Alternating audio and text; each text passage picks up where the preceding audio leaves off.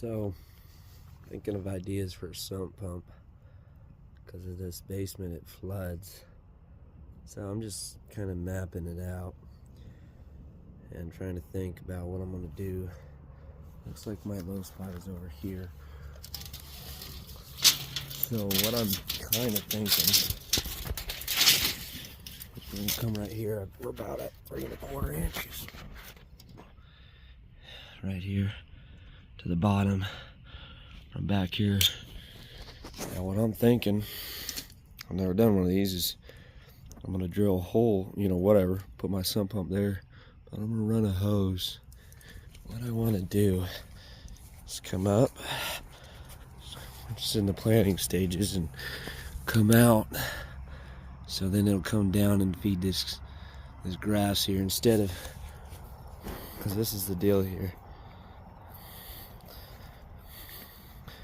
Rains here, water comes down. Water, when it rains, it'll come down into here too. So, if we look, we have a gap there. So we have a slight incline. Okay, that lowest spot is 3¼ right there. So looking at it this way, I don't want this basement to flood. So, this is the back view. Just trying to think of some ideas right now.